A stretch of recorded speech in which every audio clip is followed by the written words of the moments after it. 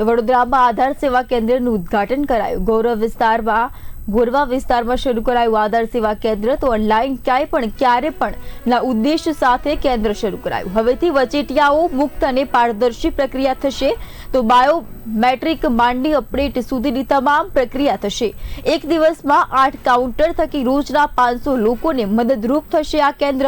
તો શનિ અને રવિવારે પણ આધાર સેવા કેન્દ્ર કાર્યરત રહેશે। તો વડોદરામાં નવા આધાર સેવા કેન્દ્રનું ઉદ્ઘાટન કરવામાં આવ્યું, જે સેવા કેન્દ્ર શનિ અને રવિવારે પણ ખુલ્લું રહેશે।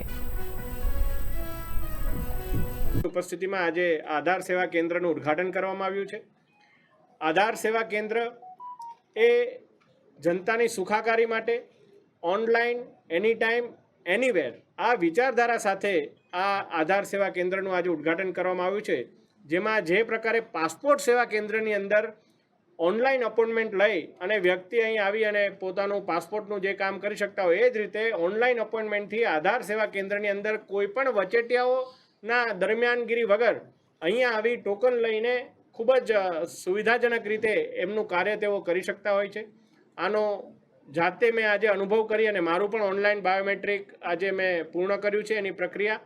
બાયોમેટ્રિકની હું વાત કરું તો હવે બાળકોમાં પણ બાયોમેટ્રિકની ખૂબ જ તાતી જરૂરિયાત ઊભી થઈ છે।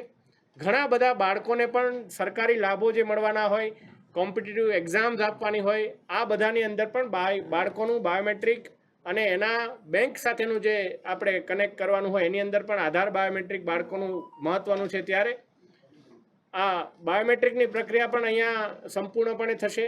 વડોદરાના નાગરિકોને મારે જણાવવાનું કે સૌથી સારી બાબત એ છે કે શનિવારે ને રવિવારે પણ આ આધાર સેવા કેન્દ્ર એ અહીંયા ખુલ્લું રહેશે અને આપની સેવામાં હંમેશા હાજર રહેશે। અને એક દિવસમાં 8 કાઉન્ટર સાથે મળી અને અંદાજે 500 જેટલા નાગરિકોને આનો વિવિધ તબક્કે લાભ મળે એ માટેની એક સુદૃઢ વ્યવસ્થા જે કેન્દ્ર સરકાર દ્વારા કરવામાં આવી છે। આ તબક્કે હું UIDAIના તમામ અધિકારીશ્રીઓનો આભાર વ્યક્ત કરું છું કે વડોદરા મહાનગર અને જિલ્લાને આ પ્રકારની એક ડિજિટલ इंडिया क्रांति समी આવી સુવિધા અહીંયા ઊભી કરવામાં આવી છે। नमस्कार साहब, ये एक हमारा क्लास बी का आधार सेवा केंद्र है जिसमें 8 किट साइमल्टेनियसली चलता है।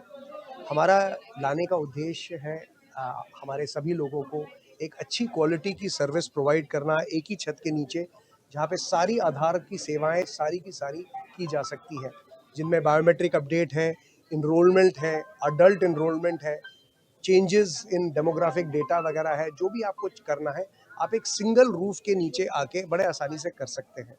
इसको और आसान करने के लिए हमने एक ऑनलाइन जो बोलते हैं अपॉइंटमेंट सिस्टम भी रखा है, ताकि आप बड़े आसानी से पहले से अपॉइंटमेंट लेके आएँ, आपको वेट ना करना पड़े। आप यहाँ पे अपॉइंटमेंट लेके आ सकते हैं और यहाँ पे आप आके अपना काम बड़े आसानी से करा सकते हैं। एक बहुत बड़ी हमारी मुहिम चल रही है इस वक्त बायोमेट्रिक अपडेट कराने के लिए। तो बायोमेट्रिक अपडेट जो मैंडेटरी है 2 टाइम पे होते हैं। एक बच्चा जब 5 से 7 साल का होता है, ये पहली बार उसके बायोमेट्रिक कैप्चर किए जाते हैं।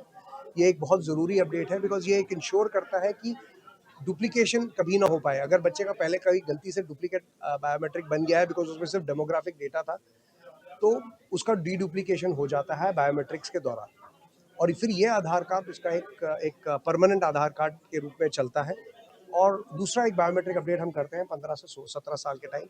ये एक बहुत ही ज़रूरी आजकल के डेट में हो गया है, बिकॉज सारे कॉम्पिटिटिव एग्जाम्स वगैरह है, अपार ID लिंकेज वगैरह है।